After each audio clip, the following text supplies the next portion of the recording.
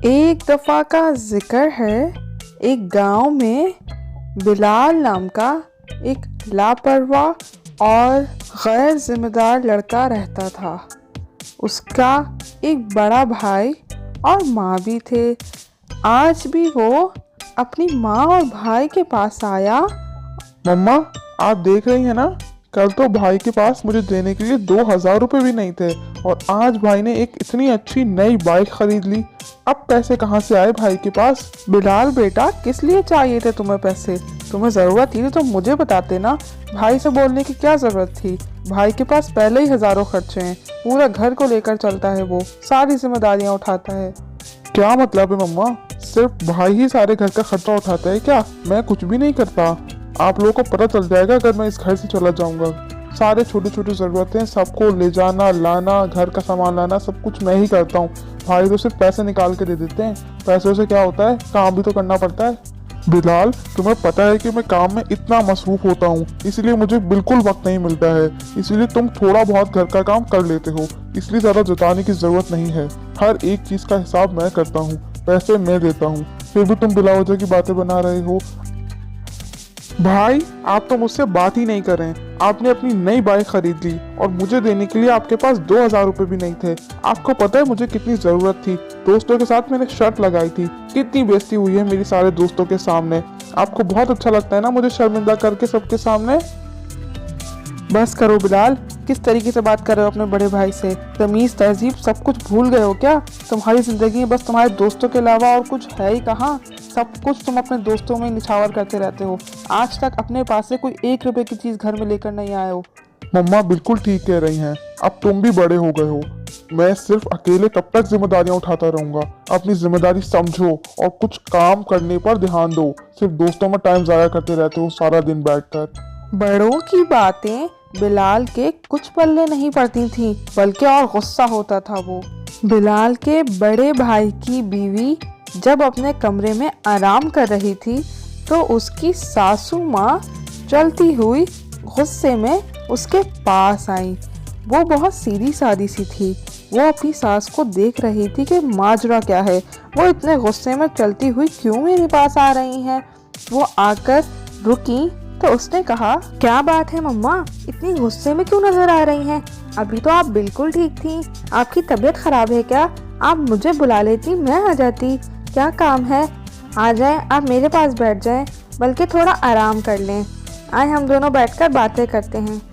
बहू, बस करो, बंद करो अपनी ये मीठी मीठी बातें। सारी मीठी मीठी बातें सिर्फ मेरे ही सामने झाड़ती हो। और बिलाल को कितना बुरा डांट कर आई हो। क्या बोला है तुमने उसको कि अपना खाना खुद ही निकाल लो? आज से मैं तुम्हें कोई खाना नहीं दूंगी। ये तरीका है तुम्हारा? और कौन करेगा उसका? क्या मम्मा, आप ये क्या कह रही हैं? ऐसा तो बिल्कुल भी नहीं हुआ। अभी अभी तो मैं बिलाल को देखकर आई थी, वो खाना खा रहा था। बल्कि मैं तो अपने कमरे में थी, मुझे पता ही नहीं है कि क्या बात है। अगर उसको चाहिए था तो मुझसे खुद आकर ले लेता। भला मैं क्यों ऐसे बात करूंगी बिलाल से?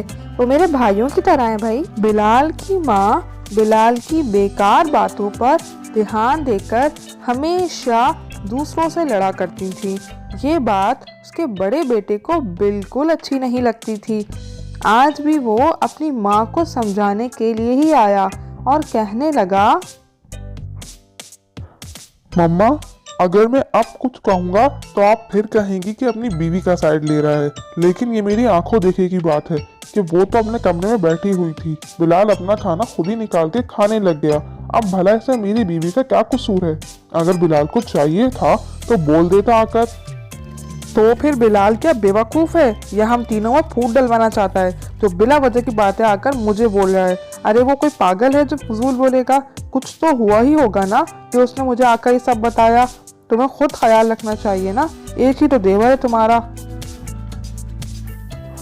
मम्मा, ये ना आप ज्यादती कर रही हैं। आप बिलाल को तो कुछ भी नहीं कहती हैं और आकर सबको डांटती रहती हैं। पता नहीं वो किस किस से आपको लड़वाएगा। आप याद रखें, वो बिगड़ता जा रहा है, उसको सिर्फ आप ही सुधार सकती हैं। कुछ ऐसा करें कि वो सीधे रास्ते पर आ जाए। बिलाल अपने दोस्त इर्तिजा के साथ हमेशा की तरह किसी तफरी का प्रोग्राम बना रहा था। देख बिलाल, तुझे पता है ना हम जहाँ जा रहे हैं वहाँ पैसे भी लगते हैं, इसीलिए तू अपना इंतजाम खुद कर कर आया है ना। हमेशा हमारे सामने अपनी खाली जेब झाड़ता रहता है। अपना इंतजाम खुद करके आया कर भाई। हमेशा सबसे पहले आगे होता है और देने के टाइम पे पीछे। तो मेरे यार तू कब काम में आएगा?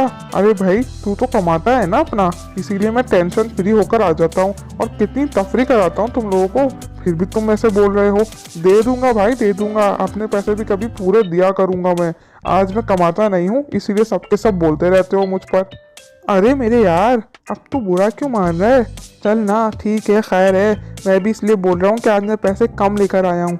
ठीक है फिर भी हो जाएगा गुजारा, लेकिन ये कि भाई आइंदा एहतियात किया कर। सीधी बात है मेरी अम्मा भी बहुत डांटती है। क्या कहा? तेरी अम्मा डांटती हैं?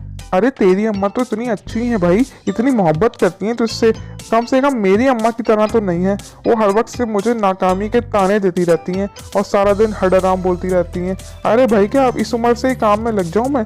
तो जिंदगी को जीऊंगा कब, मजे कब करूंगा? बस और क्या सुनाऊं तुझे मैं? सुना कुछ नहीं, बस चल रहे सीधा। कितनी देर कर दी, हमेशा बातें कर करके ना सारा टाइम ज़ाया कर देता है। अरे भाई चल भाई, टाइम पे पहुंचना है, कितना मज़ा आएगा आज। वैसे आज घर में जाने में देर हो जाएगी, घर में बताकर आया है ना। चल चलते हैं, अब तैयारी पकड़। बिलाल सुबह का गया, शाम को घर लौट रहा था। अपने दोस्तों के साथ तफरी कर कर आ रहा था और बहुत खुश नज़र आ रहा था। उस पे माँ का डर बिल्कुल जाहिर नहीं हो रहा था और यहाँ माँ गुस्से में खड़ी थी। तुम मुझे बता दो आखिर चाहते क्या हो? कब तक मुझे ऐसे ही परेशान करते रहोगे? कब अपनी जिम्मेदारियाँ समझोगे? सारा दिन तुम्हारा इंतजार ही करती रहती हूँ मैं। कब अपने काम धंधे से लगोगे? सारा दिन तफरी में गुजार देते हो, मैं किस किस को जवाब देती फिरूं? क्या हो गया है मम्मा? मैं अभी अभी घर में घुसा हूँ और आप आते ही शुरू हो गई। जब देर से आता हूँ आपको हमेशा दरवाजे पे ही पाता हूँ। अरे कभी अब अंदर अपने कमरे में आराम भी कर लिया करें और मुझे सीधे अपने कमरे में जाकर आराम भी करने दिया करें। जब आता हूँ आप सामने ही खड़ी होती हैं। हद होती है बिलाल वैसे लापरवाही की। तुम्हें मेरे गुस्से की बिल्कुल परवाह नहीं है, बस परवाह है तो अपने आराम की। एक कमरे में घुसो और सो जाओ। सारा दिन तुम्हें करना ही क्या होता है? बस दोस्तों के साथ तफरी और कमरे में घुसकर आराम। ये दोस्तों का ताना ना माफ देना छोड़ दें, मुझे बिल्कुल अच्छा नहीं लगता। क्या करूं मैं? सब कुछ छोड़ छाड़ कर भाई की तरह काम से लग जाऊं और अपने आप को इंसान की जगह मशीन समझने लग जाऊं? बस यही जिंदगी रह गई है मेरी। ऐसी जिंदगी से बेहतर है कि मैं सुकून से अकेले रहूं। अच्छा, अकेले रहने की ख्वाहिशमंद हो? जाओ जाकर अकेले रहो। वैसे भी हमें कौन सा तुम निहाल कर रहे हो जो हम तुम्हें अपने पास बांध कर रखें? जाओ जो करना है जिंदगी में करो। वैसे भी तुम किसी काबिल नहीं हो। तुम्हें समझा समझा कर ना मैं थक चुकी हूँ, अब मेरे अंदर हिम्मत नहीं है। दोनों सास बहू आज साथ बैठी बातें कर रही थी। मुझे माफ कर दो बहू, उस दिन बिलाल की वजह से मैंने तुमसे बहुत सख्त लहजे में बात कर ली। मुझे बाद में बहुत अफसोस हुआ। आखिर सब कुछ तुम ही तो करती हो। पता नहीं क्यों बिलाल सबसे चिढ़ता रहता है। उसको पता नहीं कोई भी अच्छा क्यों नहीं लगता। अरे नहीं मम्मा, कैसी बातें कर रही हैं आप? मैं जानती हूँ आपको। आप गुस्से में बोल तो जाती हैं, लेकिन आप दिल की बहुत अच्छी हैं। आप फौरन ही सही हो जाती हैं। बस बेटा, मेरा तो दिल चाहता है कि बिलाल भी अपने किसी काम से लगे और मैं उसकी भी शादी करा दूँ। शायद शादी के बाद ही उसको जिम्मेदारियों का एहसास हो, वरना मैं उसको बोल बोल के थक चुकी हूँ। जी मम्मा, ये बिल्कुल सही बात की आपने। अच्छा है कि हम अच्छी सी लड़की देखकर उसकी शादी करवा दें। सुना है अक्सर लड़के शादी के बाद बिल्कुल सही हो जाते हैं।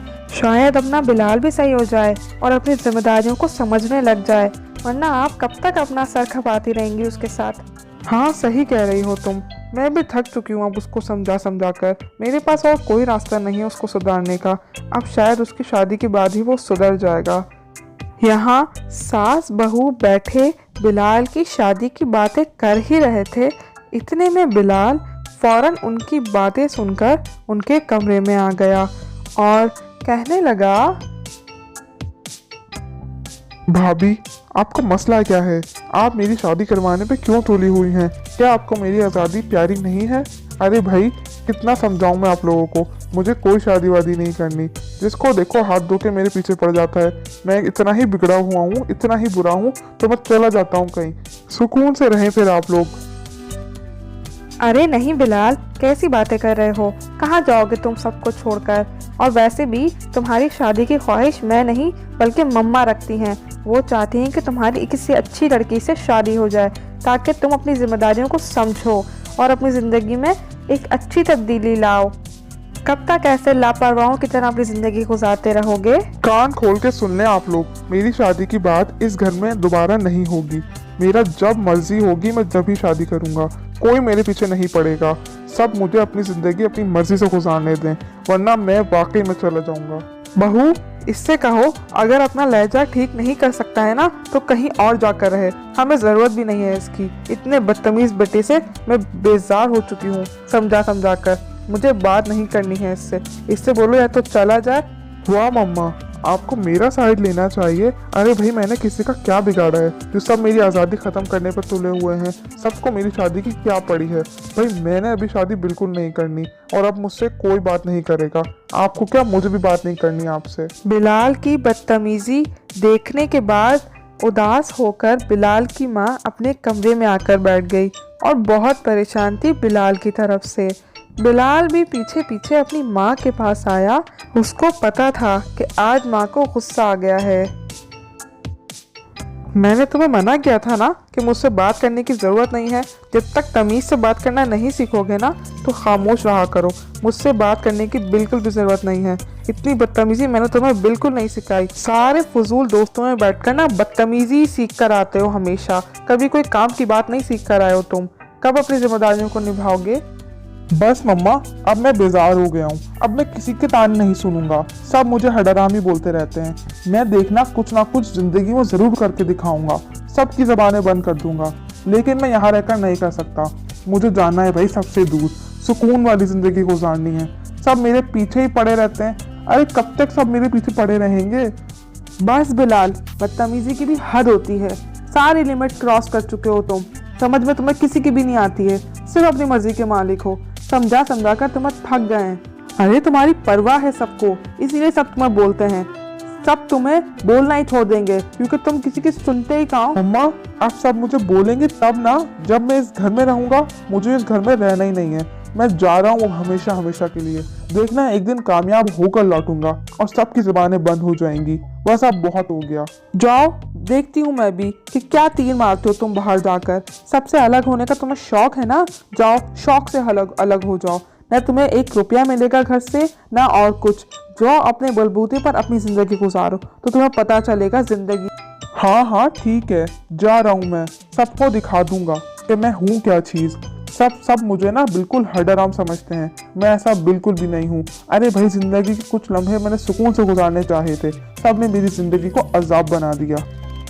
बिलाल अपनी माँ को नाराज करके और इंतहाई बदतमीजी करके इस घर से हमेशा हमेशा के लिए जाने का फैसला कर लेता है और हमेशा के लिए वो सब कुछ छोड़ देता है और अब कभी वापस ना आने की कसम खाता है। घर छोड़ने के बाद बिलाल के पास उसके जिगरी दोस्त इर्तिजा के सिवा और कोई चारा नहीं था। इसीलिए वो फौरन अपने दोस्त इर्तिजा के पास आया। क्या बात है भाई, शकल पर 12 क्यों बजे हुए हैं? ऐसे मुंह लटकाकर तो इससे पहले तुम कभी भी नहीं आए हो। और ये क्या बात हुई, आने से पहले खबर भी नहीं दी? किस चीज की खबर देता जब मुझे खुद ही कुछ नहीं पता था? अरे हमेशा हमेशा के लिए अपना घर छोड़कर आया हूँ। अब हमेशा सिर्फ तेरे साथ ही रहूंगा। तेरे घर में मेरे सोने के लिए एक छोटी सी जगह है तो ना? क्या बिलाल, ये तू क्या कह रहा है? ये क्या बच्चों वाली बातें कर रहा है? तू जानता भी है तो कह रहा है? तू अपना घर छोड़ के आया है। मैं कैसे तुझे अपने घर रख सकता हूँ? क्योंकि तू मेरा सबसे अच्छा दोस्त है और मेरे पास कोई रास्ता नहीं है और कोई घर नहीं है रहने के लिए।